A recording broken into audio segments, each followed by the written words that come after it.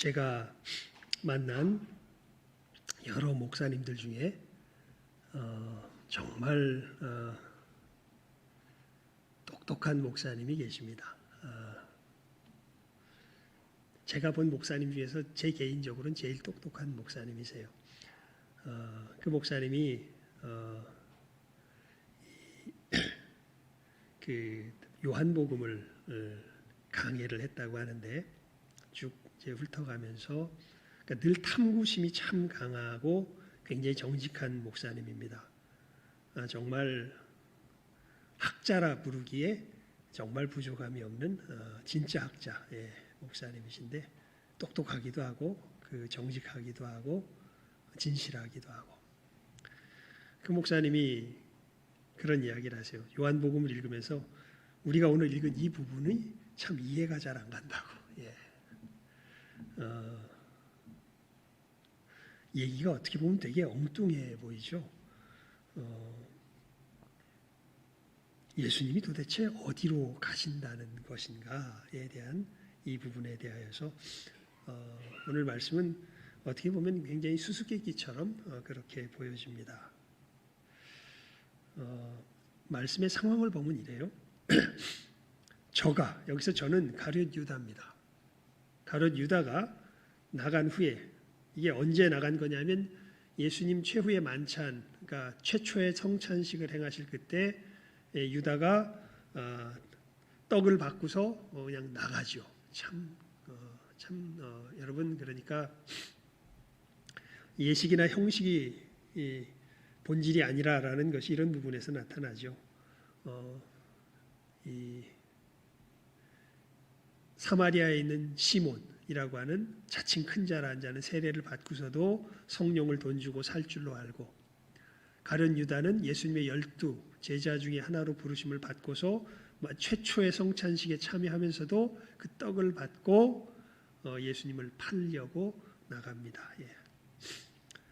그러니까 우리 역사 속에서 보게 되면 이제 이것이 계기가 되어 예수님께서 십자가에 못 박히시는 사건이 이제 실제로 진행되기 시작하죠.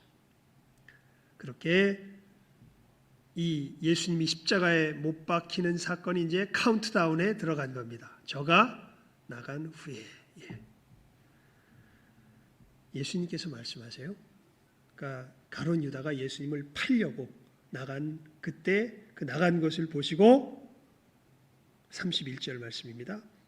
함께 읽어볼까요? 31절 시작. 지금 후에 예수께서 가라사대 지금 인자가 영광을 얻었고 하나님도 인자를 인하여 영광을 얻으셨도다.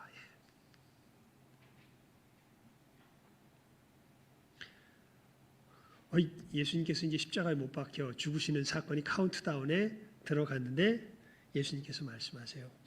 인자가 지금 영광을 얻었고 하나님도 인자로 인하여 영광을 얻으셨도다. 만일 하나님이 저로 인하여 영광을 얻으셨으면 하나님도 자기로 인하여 저에게 영광을 주시리니 곧 주시리라. 여기서 저는 예수님입니다. 가룟 유다 아닙니다.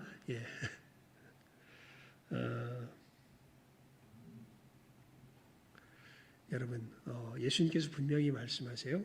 예수님께서 십자가에 달리시는 사건이 무엇을 얻는 사건이라고요?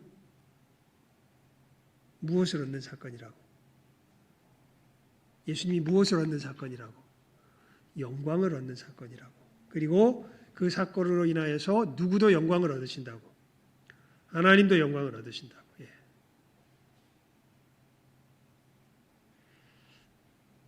그러면서 그 사건이 일어날 것을 말씀하시면서 제자들에게 말씀하세요. 소자들아, 내가 아직 잠시 너희와 함께 있겠노라. 너희가 나를 찾을 터이나 그러나 일찍 내가 유대인들에게 너희는 나의 가는 곳에 올 수 없다고 말한 것과 같이 지금 너희에게도 이르노라. 이 얘기가 무슨 얘기냐면 그 뒤에 이제 36절부터의 말씀 속에서 이 얘기가 무슨 이야기인지 오히려 해석이 되어서 나옵니다.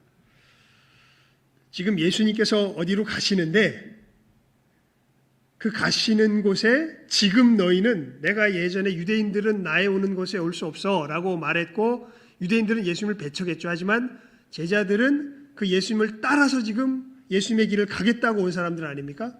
근데 그 제자들에게도 동일하게 말씀하시는 거예요. 너희들도 지금 내가 가는 곳에는 올 수 있다 없다. 올 수 있다 없다. 우리 36절, 37절 먼저 읽어봅시다. 37절 함께 읽습니다. 시작. 베드로가 가로되 주여 내가 지금은 어찌하여 따를 수 없나이까? 주를 위하여 내 목숨을 버리겠나이다. 그러니까 유대인들뿐만 아니라 지금 제자들도 예수님이 가시는 곳에 올 수 있다 없다?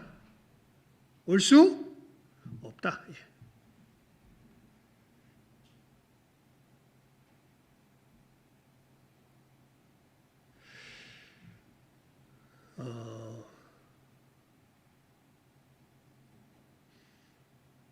여러분, 우리가 우리에 대하여 굉장히 착각하는 부분이 있습니다. 그게 뭐냐면요, 우리 인간 자신에 대하여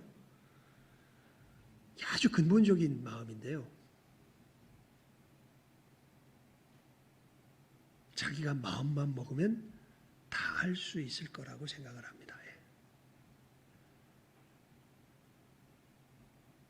사람들이 마음 깊은 곳에 어떤 태도가 있냐면요, 사실 내가 마음만 먹으면 다 어떻게 해요? 할 수 있다 없다?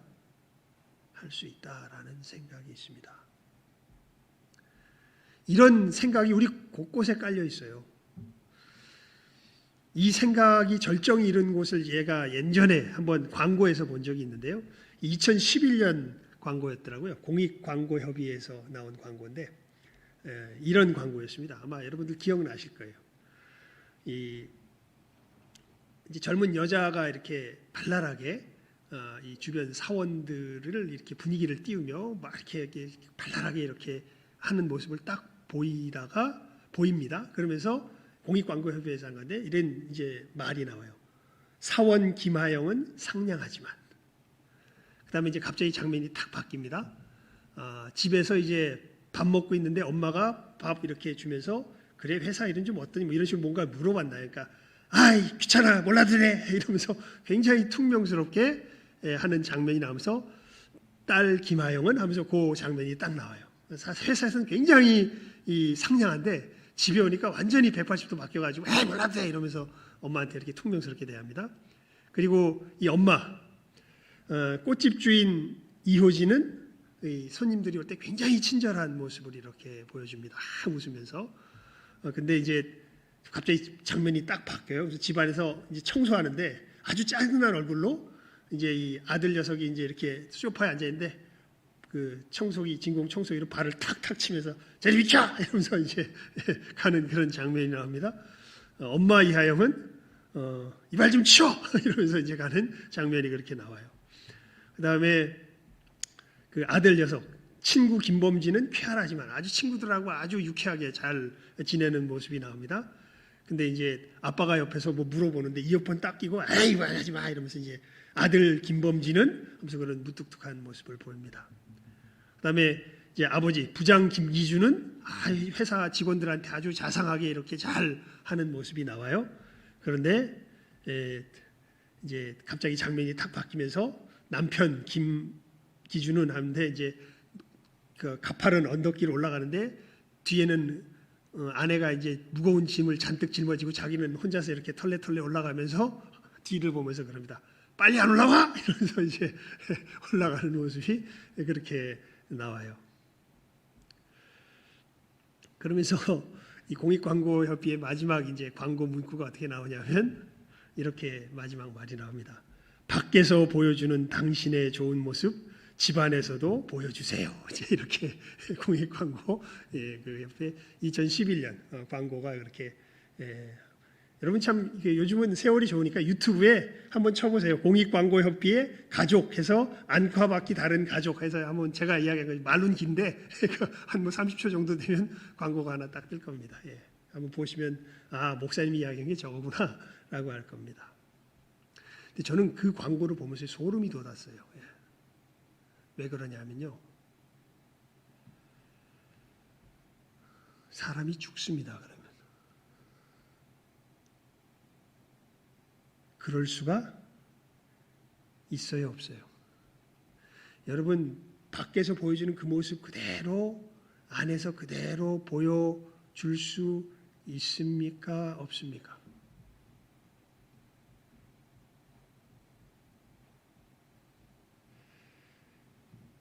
이 비슷한 상황이 사실은 우리 데이트할 때와 결혼하고 난 다음에 나타나죠. 데이트할 때는요, 결혼하기 전에는 늘 무대 위에서의 모습만 보여줘요. 무대 뒤로 들어가서 자기 자신을 치장하는 모습은 절대 안 보여줍니다. 민낯은 절대 안 보여줘요. 하지만 결혼하고 나면 이제 늘 어디서 함께 살아가는 게 되는 겁니까? 무대 위가 아니라 어디서 함께 살아가는 우리가 돼요. 뒤에 민낯을 보여주는 그 널브러진 모습 그대로 보여주는 것 속에서 살아가는 것이 우리의 모습이고, 이것은 무대 위의 모습과는 전혀 어떻게 돼요? 다르죠. 그래서 옛날 우리 어른들이 늘 하는 말 아닙니까? 결혼하려면 뭐가 씌워야 돼요? 콩깍지가 씌워야죠. 그래서 뭐가 착각이 되지 않으면 결혼할 수 있다 없다. 결혼할 수 없다. 이제 그 얘기를 그렇게 이야기하는 거죠. 이게 무슨 뜻입니까? 여러분, 우리가 이렇게 만나는 우리들 이 관계 속에서, 우리 교회 속에서 이렇게 서로 꾸며놓고 만나는 모습과 사실은 우리의 이 속에 거친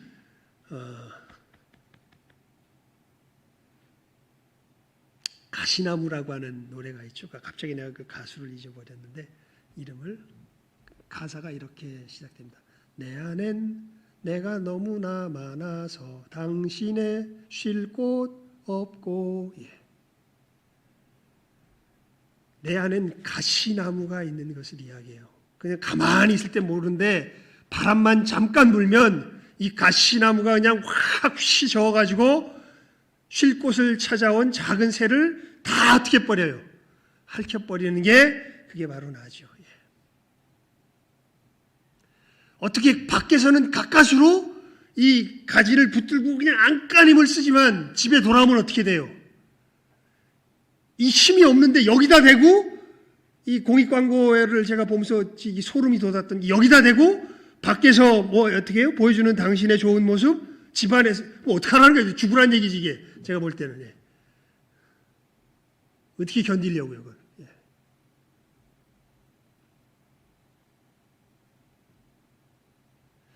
여러분, 사람이요. 근데 말은 맞아요, 틀려요?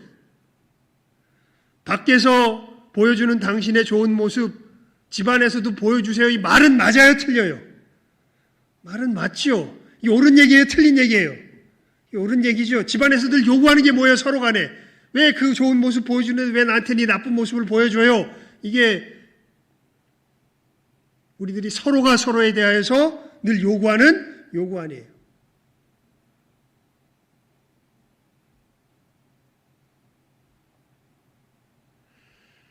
우리가 굉장히 착각하는 게 있습니다. 여러분, 그래서 설교자들이요, 이게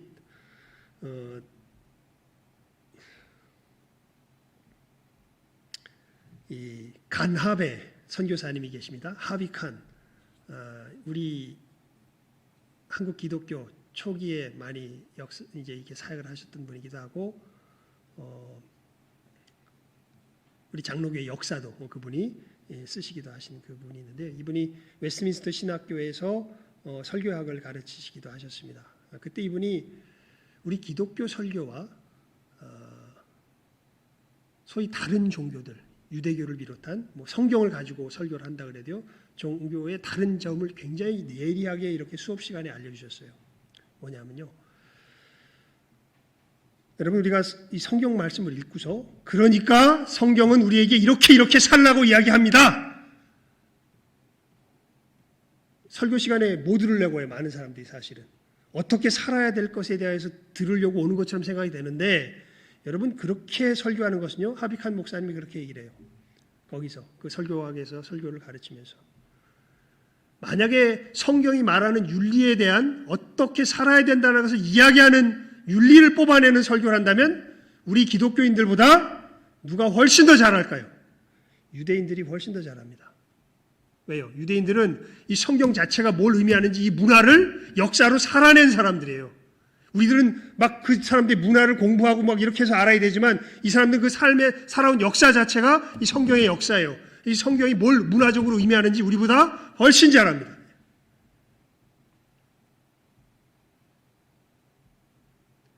성경의 핵심 메시지는요, 뭘 하라는 얘기가 아니에요. 뭘 해야 된다는 얘기가 아니에요. 우리 요한복음을 폈으니까요. 요한복음 5장 39절 한번 봅시다. 요한복음 5장 39절입니다. 요한복음 5장 39절. 예.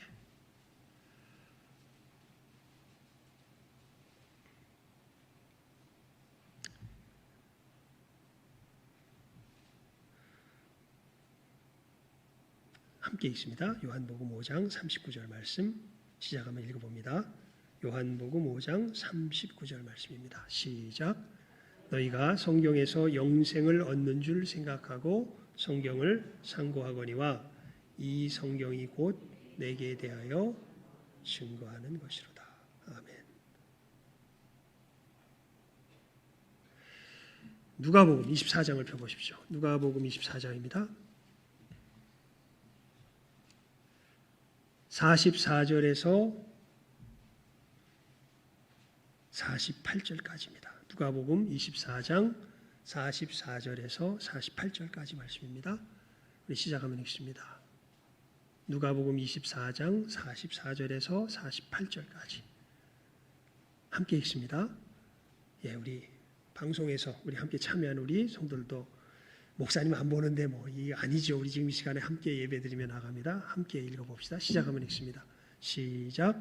또 이르시되 내가 너희와 함께 있을 때에 너희에게 말한 바 곧 모세의 율법과 선지자의 글과 시편에 나를 가리켜 기록된 모든 것이 이루어져야 하리라 한 말이 이것이라 하시고 이에 저희 마음을 열어 성경을 깨닫게 하시고 또 이르시되 이같이 그리스도가 고난을 받고 제3일에 죽은 자 가운데서 살아날 것과 또 그의 이름으로 죄사함을 얻게 하는 회개가 예루살렘으로부터 시작되어 모든 족속에게 전파될 것이 기록되었으니 너희는 이 모든 일의 증인이라.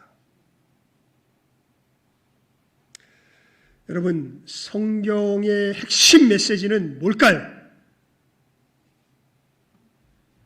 물론 결과적으로 무엇을 행해야 되는 것이 결과로 따라오기는 합니다만 성경의 핵심 메시지는 뭘 하라는 얘기가 아니에요. 너희들 안 하면 큰일 나 하는 협박이 아닙니다. 사실 우리는 아까 이 공익광고 것을 통해서 이야기 드렸지만 사실 진짜 중요한 것을 우리는 해내요 못해요. 여러분 스스로를 살피면 알잖아요. 말은 그렇게 해도 결국에는 상대방에게 더 큰 것을, 더 큰 희생을 요구하는 게 우리들의 삶 아닙니까? 나는 요만큼 주고 상대방에겐 이만큼 얻어내려는 것이 그게 우리들의 삶이잖아요. 그럴듯하게 포장해봐야 사실은 지독한 이기심을 드러낸 우리들의 시커먼 마음만이 밑바닥에 보면 남아있을 뿐입니다. 아무리 그럴듯하게 꾸며내고 뭐 공의를 부르짖고 뭐 정의를 부르짖고 해봐야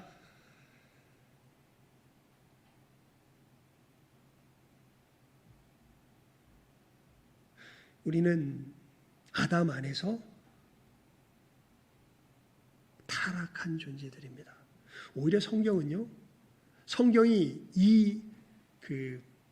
우리가 마땅히 되어야 될 것을 이야기하는 것은 왜 이야기하냐면 우리가 거기에서 떨어져 있음을 알게 하려고 이야기를 해요. 그것을 하지 말라는 얘기도 아닙니다. 하려고 해보라고요. 진짜 해보라고요. 진짜 밖에서도 친절한 당신 안에서도 친절하려고 애를 써보십시오. 이틀, 3일 지나가면 정신병이 들 겁니다. 아마.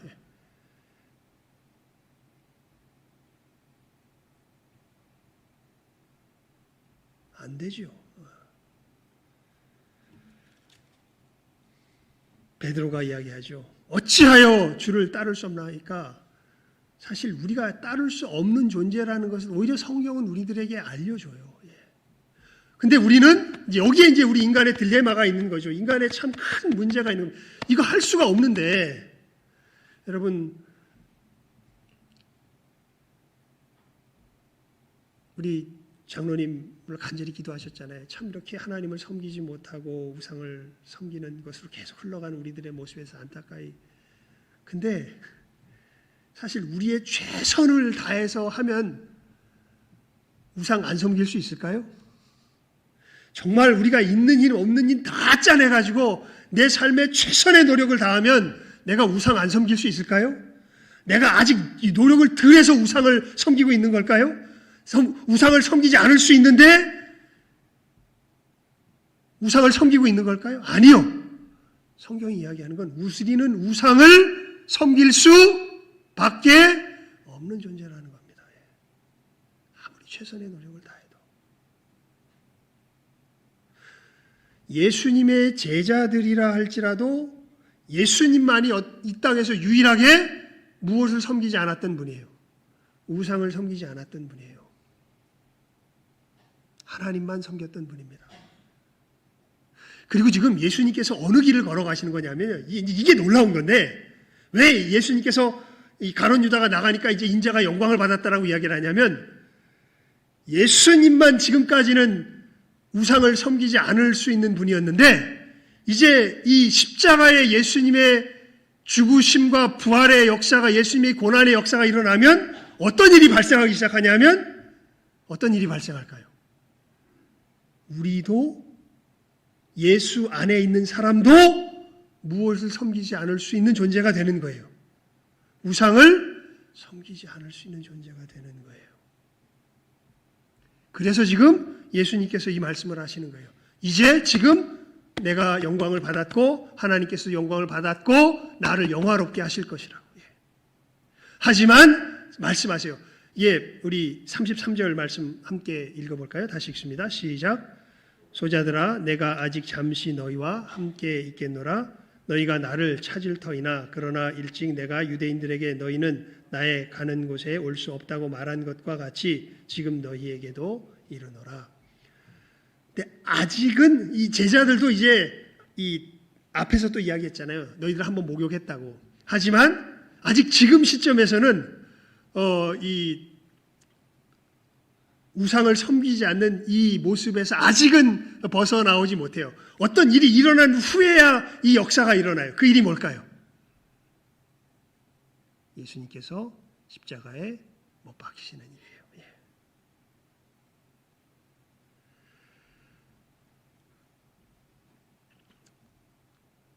그 전에는요, 아무리 애를 써도 이제 그게 오늘 이 베드로의 처절한 대답과 예수님의 응대 속에서 이러한 우리들의 이 참 한계가 나타나는 거죠. 37절 말씀 우리 다시 한번 읽어볼까요? 시작하면 읽습니다. 시작. 베드로가 가로되 주여 내가 지금은 어찌하여 따를 수 없나이까? 주를 위하여 내 목숨을 버리겠나요? 이 목숨 버리겠다는 각오 갖고도 따를 수 있는 영역이 이게 아니에요. 그러니까 예수님 말씀하시죠. 네가 나를 위하여 목숨을 버리겠다고? 네가 지금 네 마음은 그렇다라고 그렇게 할 수 있을 거라고 생각하는데 목숨을 버리기는커녕 네가 나를 어떻게 할 거다? 3번 부인하게 될 거다라고 이야기를 해요. 그러니까 이 이야기를 듣고 예수님의 말씀은 진리잖아요. 그러니까 제자들이 마음에 근심하겠습니까? 근심 안 하겠습니까? 근심하겠지요. 자, 그래서 우리 14장 1절 말씀 읽습니다. 시작. 너희는 마음에 근심하지 말라. 하나님을 믿으니 또 나를 믿으라. 자, 우리 2절과 3절 말씀도 계속 읽습니다. 시작. 내 아버지 집에 거할 곳이 많도다. 그렇지 않으면 너희에게 일렀으리라. 내가 너희를 위하여 처소를 예비하러 가노니 가서 너희를 위하여 처소를 예비하면 내가 다시 와서 너희를 내게로 영접하여 나 있는 곳에 너희도 있게 하리라. 아멘. 예수님께서 지금 잠시 가시는데 뭘 마련하러 가시는 거예요? 있을 곳, 이 있을 곳은 누구와 함께 있을 수 있는 곳이에요. 예수님과 함께 있을 수 있는 곳. 여기를 예수님께서 마련하신 후에 다시 어떻게 하신대요? 너희들에게 와서 너희로 어디에? 나 있는 곳에 너희도 어떻게 하게? 함께 있게 하리라. 지금 이 말씀을 예수님께서 하시는 것이죠.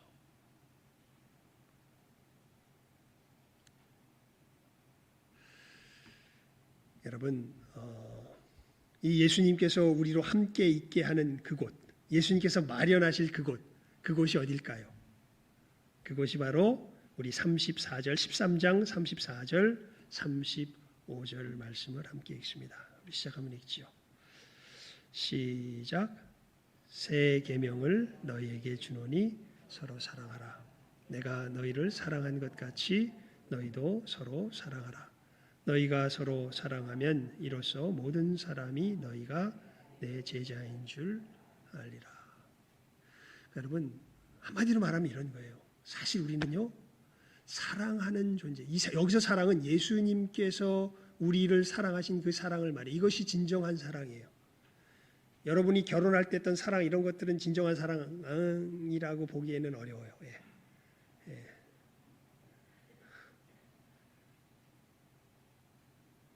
진정한 사랑은 하나님께서 우리에게 베푸신 사랑, 예수님께서 우리에게 행하신 사랑, 이것이 우리들이 정말 우리들의 삶을 복되게 하는 진정한 사랑이에요. 이 사랑을 할 수 있어야 되는데 사실 우리는 이 사랑의 자리에 갈 수 있어요, 없어요? 갈 수 없어요. 주님 어디로 가세요? 너희를 사랑하는 그 사랑의 자리, 너희로, 그러니까 이런 부분에 가면 제가 좀 말이 꼬여요. 이게 참 뭐라 그럴까요? 주의 성령께서 여러분들에게 이 말씀의 의미를 알게 하시기를 정말 주님의 이름으로 부탁을 드립니다. 지금 주님께서 가셔야 우리가 주님께서 계신 곳에 있을 수 있어요. 그리고 주님께서 계신 그곳은 다른 곳이 아니라 주님이 우리를 사랑하신 것 같이 우리도 주님을 사랑할 수 있는 그 사랑의 곳이 바로 주님께서 가시는 곳이에요. 그 사랑을 행하시러 가시는 거예요. 우리는 아직 예수님께서 십자가의 역사를 이루시기 전에는 그 사랑의 자리에 있을 수 있어요, 없어요? 없어요. 안 돼요. 내 목숨을 버릴 각오를 한다고 될 수 있는 것이 아니에요. 주님께서 반드시 무엇을 이루셔야 돼요? 십자가에서 죽으시고 사흘 만에 다시 살아나셔야 우리가 어느 자리에 이룰 수 있어요? 이 사랑의 자리에 있을 수 있어요. 여러분, 기독교는요, 예수님을 경배하고 예수님을 찬양하며 예수님을 예배하는 종교입니다. 세상 다른 종교들은요, 사실 무엇을 찬양하고 무엇을 경배하냐면 자기 의지를 찬양하고 경배해요. 그래서 자꾸만 뭐를 부추겨요? 우리의 의지를 부추겨요. 열심히 하라고. 하지만 기독교의 메시지는, 성경의 메시지는, 신약의 메시지는 우리의 의지를 부추기는 것이 아니라, 선한 일을 위하여 의지를 부추기는 것이 아니라 누구를 바라볼 것을 이야기를 해요? 예수님을 바라볼 것을 이야기를 해요. 이 부분은 신비예요. 예수님을 영접한 사람만 알 수 있는 신비예요. 우리 성경 한 군데 보고 말씀을 정리하도록 합시다. 로마서 6장입니다. 로마서 6장입니다. 로마서 6장 1절부터 11절까지입니다. 로마서 6장 1절부터 11절까지 말씀입니다. 도대체 예수님께서 십자가 위에서 행하신 것이 무엇인가, 어떤 역사가 이루어지신가, 어떤 일이 이루어진 것인가에 대한 가장 상세한 설명입니다. 로마서 6장 1절에서 11절입니다. 제가 읽습니다. 여러분 잘 제 소리를 들으며 눈으로 말씀을 따라오시길 바랍니다. 그런즉 우리가 무슨 말 하리요? 은혜를 더하게 하려고 죄에 거하겠느냐? 죄인 중에 죄가 더한 곳에 은혜가 더하였다는 말, 믿음으로 의롭다 하심을 얻는다는 말을 갖다가 이런 식으로 곡해하는 사람들이 있죠. 은혜를 더하게 하려고 죄에 거하겠느냐? 그럴 수 없느니라. 왜요? 예수님의 은혜가 어떤 은혜인지를 이제 밝힙니다. 예수님께서 이루신 그 역사가, 십자가의 역사가 어떤 역사인지를 이제 밝힙니다. 죄에 대하여 죽은 우리가 어찌 그 가운데 더 살리요? 예수님의 십자가의 역사는요, 우리를 뭐에 대하여 죽게 하는 역사예요? 예수 안에 있는 사람들, 우리 오늘 아침에 뭐라고 인사했습니까? 기억나세요? 뭐라고 인사했습니까? 우리는 예수님 안에 있습니다. 예수님 안에 있는 사람들에게 예수님은 그 예수님 안에 있는 사람들을 뭐에 대하여 죽게 만들어 버리시는 역사를 이루신 거예요. 죄에 대하여 죽게 만들어 버리는 역사를 이루신 거예요. 죄에 대하여 죽은 우리가 어찌 그 가운데 더 살리요? 무릇 그리스도 예수와 합하여 연합하여 세례를 받은, 여기서 세례 의식을 말하는 게 아니에요. 한마디로 말하면 뭐 설명하기 복잡하니까요. 논리적으로 따져가면 굉장히 복잡한, 뭐 한 2시간 해도 모자라요. 이거 자세하게 따지려면. 하지만 그냥 결론만 분명하게 이야기하면 정말 예수님의 십자가가 내 죄를 위한 것임을 믿는 사람이면 예수님과 뭐한 사람이에요? 연합한 사람이에요. 무릇 예수 그리스도와 합하여 세례를 받은 우리는, 그 사람이 예수님과 합하여 세례를 받은 사람이에요. 여기서 표현되는 그의 죽으심과 합하여 세례 받은 줄을 알지 못하느냐. 그러므로 우리가 그의 죽으심과 합하여 세례를 받음으로 그와 함께 장사되었나니. 그러니까 여러분, 제가 이 설교 시간에 굉장히 자주 여러분들에게 외워드리는 말씀이 있죠. 갈라디아서 2장 20절 말씀. 내가 그리스도와 함께 십자가에 못 박혔나니. 그런즉 이제는 내가, 이거는 그냥 자기 심리적으로 무슨 상상을 했다는 그런 뜻이 아니에요. 실제로 예수님의 십자가 안에서 이루어진 역사, 그 역사를 사도 바울이 믿음으로 그대로 이야기하는 겁니다. 이게 실제예요. 여러분, 제가 지금 뭘 쳤습니까? 종을 쳤지요. 이게 실제 사건이잖아요. 마찬가지로 내가 종을 친 것이 실제 사건인 것처럼 예수님께서 십자가에 못 박히실 때 누구도 십자가에 못 박혔다는 거예요. 사도 바울의 고백은. 자기도 십자가에 못 박혔다는 거예요. 그의 죽으심과 합하여 세례를 받음으로 그와 함께 장사되었나니, 이는 아버지의 영광으로 말미암아 그리스도를 죽은 자 가운데서 살리심과 같이 우리로 또한 새 생명 가운데서 행하게 하려 함이니라. 즉 예수 안에 있어야, 예수 안에서 우리가 뭐에 대하여 죽임을 당하고, 죄에 대하여 죽임을 당하고, 예수님께서 부활하시는 그 부활로 말미암아 나도 다시 살아나서 누구의 생명 가운데, 예수의 생명 가운데 거하게 하시려고 예수님께서 뭐 하셨다는 거예요? 십자가에 죽으시고 부활하셨다는 거예요. 만일 우리가 그의 죽으심을 본받아 연합한 자가 되었으면 또한 그의 부활을 본받아 연합한 자가 되리라. 우리가 알거니와 옛사람이 예수와 함께 십자가에 못 박힌 것은 죄의 몸이 멸하여 다시는 우리가 죄에게 종노릇하지 아니하려 함이니, 이는 죽은 자가 죄에서 벗어나 의롭다 하심을 얻었음이니라.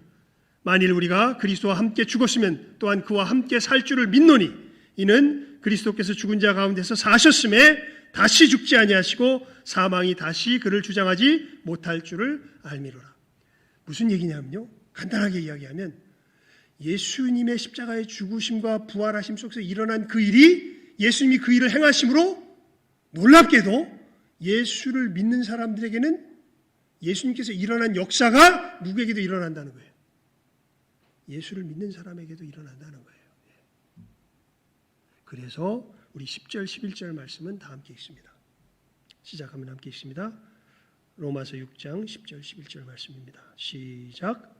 그의 죽으심은 죄에 대하여 단번에 죽으심이요 그의 살으심은 하나님께 대하여 살으심이니, 이와 같이 너희도 너희 자신을 죄에 대하여는 죽은 자요 그리스도 예수 안에서 하나님을 대하여는 산 자로 여길지어다. 아멘.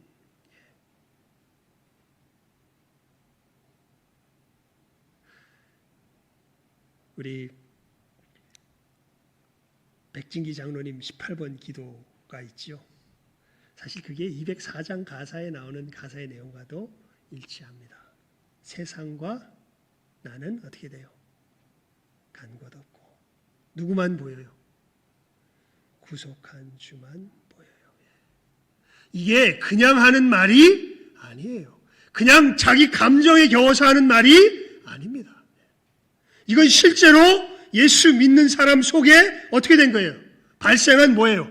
발생한 뭐예요? 이렇게 이게 발생한 뭐인 것처럼, 사건인 것처럼 예수 믿는 사람 속에 발생한 뭐예요? 그게 사건이에요. 이 종을 친 소리가 들리는 것이 사건인 것처럼 예수 믿는 사람 속에는 이 사건이 일어나는 것입니다. 진짜 누구처럼 사랑할 수 있는 존재로, 예수님처럼 사랑할 수 있는 존재로 변화되는 거예요. 그래서 너희가 지금은 나의 가는 곳에 올 수 없지만 후에는 어떻게 되리라? 따라오리라. 너 지금은 안 된다. 베드로한테 말씀하시는 거잖아요. 하지만 후에는 어떻게 될 거다? 따라올 거다. 왜요? 무엇 때문에? 예수님께서 십자가에서 죽으시고 뭐 하시기 때문에? 부활하시기 때문에. 그래서 예수 안에 있는 사람들은 이 예수님의 사랑 안에 거할 수 있는 새로운 피조물이 되는 것이죠. 성경은 이 점에서 하나도 흐트러지지가 않아요. 그런즉 누구든지 그리스도 안에 있으면 어떻게 돼요? 새로운 뭐예요? 피조물이라는 건 무슨 뜻입니까? 지음을 받았다는 거죠. 죄송합니다. 성경 한 군데 더 봅시다. 에베소서 2장 10절입니다. 에베소서 2장 10절 한 절 말씀 함께 읽어봅시다. 에베소서 2장 10절입니다.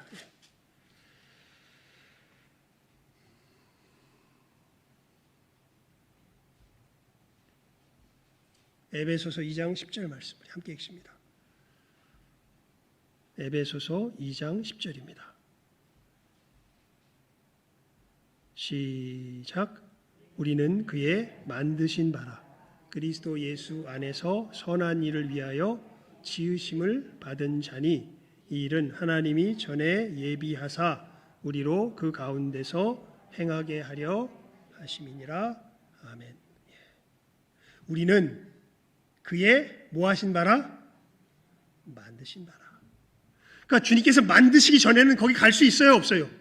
못 가요.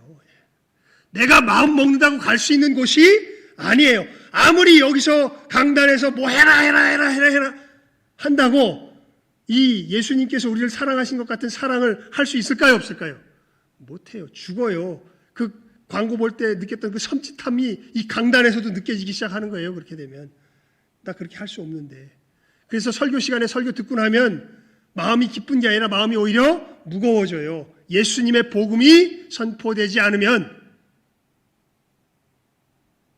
그러니까 이건 정말 놀라운 일입니다. 여러분, 이 시간 우리 누구의 이름으로 모입니까?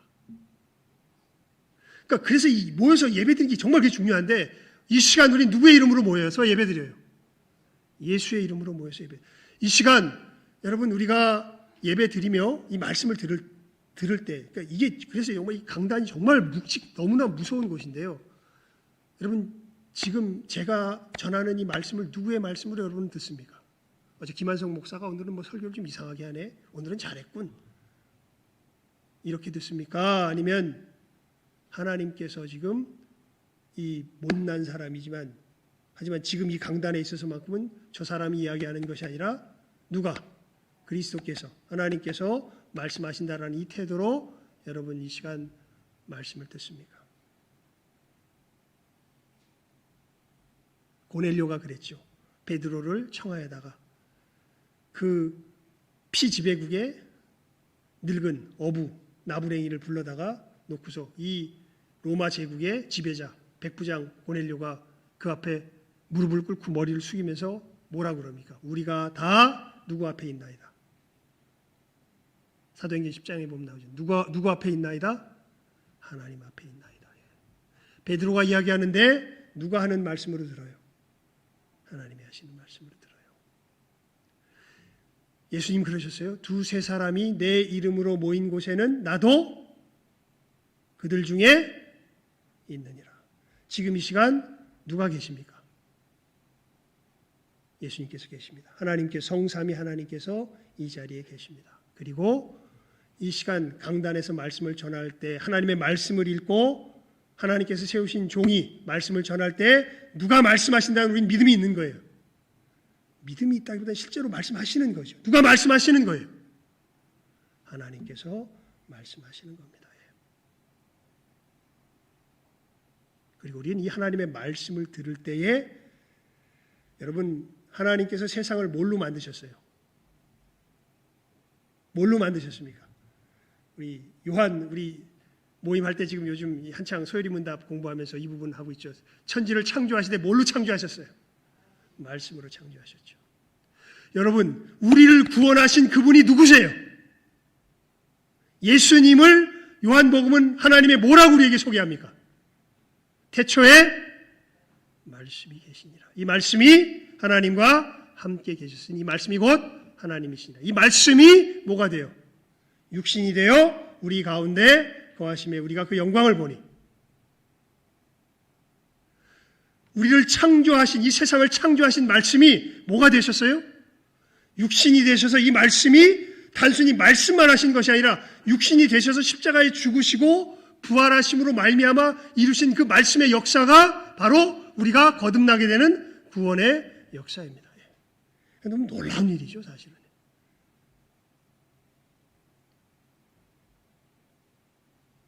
이것이 우리들 속에 사건으로 일어나게 되어야 우리가 누구처럼 사랑할 수 있어요?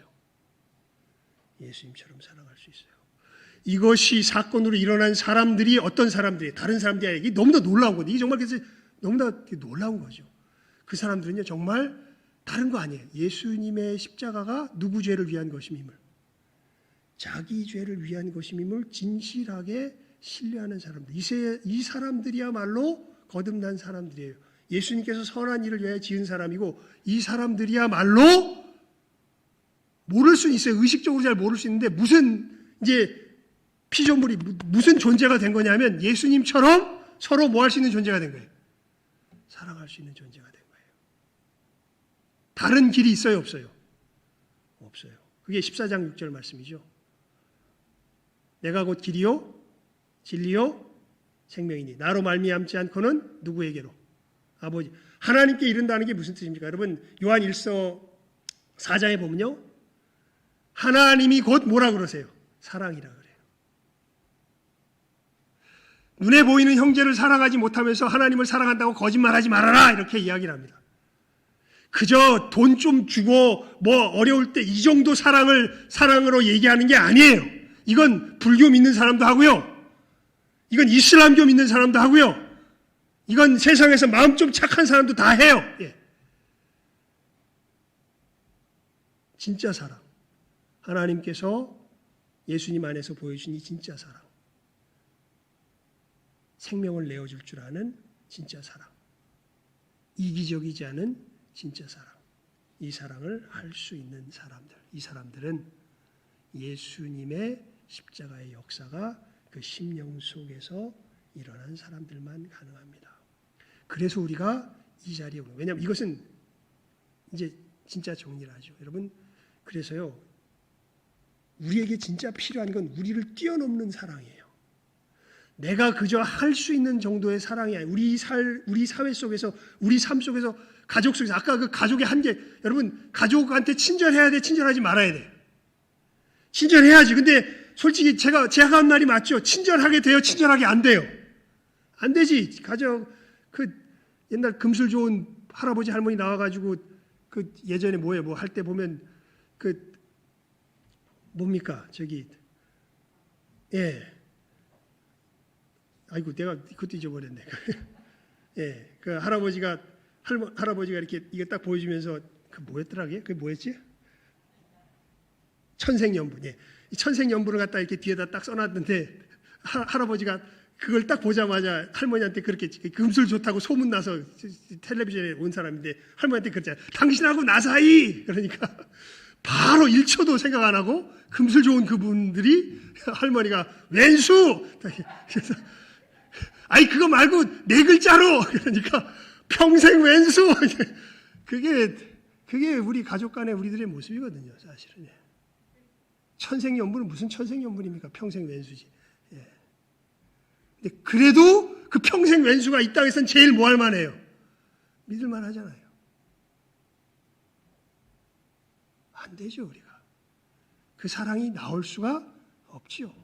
우리가 새롭게 우리 자신을 뛰어넘을 수 있는 힘을 얻어야 사랑이 나오죠. 이건 누구에게서 나오는 힘이 아니에요. 내게서 나오는 힘이 아니에요. 누구에게서 임하는 힘이에요. 그리스도에게로부터 임하는 힘이에요. 그래서 우리 오늘 아침에 인사했죠. 우린 누구 안에 있습니다? 예수 안에 있습니다. 우리가 왜 이 예배 시간에 나옵니까? 이 힘을 얻기 위하여서. 이 힘이 여기에서 주어지기 때문에. 왜 예배드림이 우리들에게 힘이 되고 능력이 됩니까? 왜 소망이 됩니까? 왜 기운을 잃다가도 우리가 예배 시간에 기운을 얻습니까? 우리 속에서 쥐어짜내라는 게 아니라 예수께로부터 임하는 그 무엇인가가 이 시간에 뭐하기 때문에? 임하기 때문에 그런 것이죠. 여러분, 우리가 가는 곳은 늘 우리를 이렇게 뛰어넘는 곳입니다. 우리는 뛰어넘을 수 있을까요? 없을까요? 뛰어넘을 수 있습니다. 누구로 말미암아? 예수로 말미암아. 그래서 예수님께서 이 길을 가셨습니다. 그래서 우리는 누구를 믿어요? 예수를 믿어요. 이 믿음 가운데 주님 계신 그곳에 늘 우리를 박차며 올라설 수 있는 이 시간 함께 예배드리는 우리 모두가 될 수 있기를 주님의 이름으로 축원을 드립니다. 기도하겠습니다. 하나님 아버지 감사합니다. 저희들이 이 자리에 모이는 이유를 다시 한번 이 베드로의 참 처절한 질문을 통하여서 말씀을 통하여 다시 한번 기억하게 하여 주시고 깨달아 알게 하여 주시는 것 감사와 찬송과 영광을 올려드리옵나이다. 하나님 그렇습니다. 우리가 진정 살아가야 할 하나님을 닮은 그 삶은 우리 자신을 초월하는 삶입니다. 우리들 속에 있는 것을 쥐어짜내서는 도무지 살아낼 수 없는 참 거룩한 삶이요 우리가 지금 나의 힘으로 이루어낼 수 없는 삶인 것을 압니다. 하지만 저희들 예수 안에 있습니다. 예수님께서 이것을 우리들에게 공급하시며 이 예수를 힘입어서 이제 우리는 우리 자신을 뛰어넘으며 주님께서 거하시는 그곳 하나님의 사랑을 나누며 살아가는 그곳에 우리를 초청하시고 거하게 하시며 살게 하십니다. 이 예수를 굳게 붙들고 예수의 은혜를 힘입어서 우리의 삶 속에 우리 자신을 뛰어넘으며 참 내 한계 속에서는 내 몸이 지치고 내 경제적인 능력에 한계가 있고 내 마음이 내 심사가 지쳐서 친절할 수 없고 참으로 사랑을 베풀 수 없으며 너그러이 생각할 수도 없는 부분들이 많이 있지만 저희들 이때마다 주님을 힘입음으로 우리 자신을 뛰어넘어 참으로 주님께서 우리에게 베푸신 놀라운 사랑을 우리도 우리의 삶 속에서 하나하나 베풀며 나가며 우리가 이렇게 예수님의 제자된 것을 우리의 삶 가운데 증거하며 전하며 살아갈 줄 아는 우리들 되게 하여 주시고 그 힘을 얻는 복된 이 예배의 시간 되게 하여 주시옵소서. 모든 것 예수님의 이름으로 기도드리옵나이다. 아멘.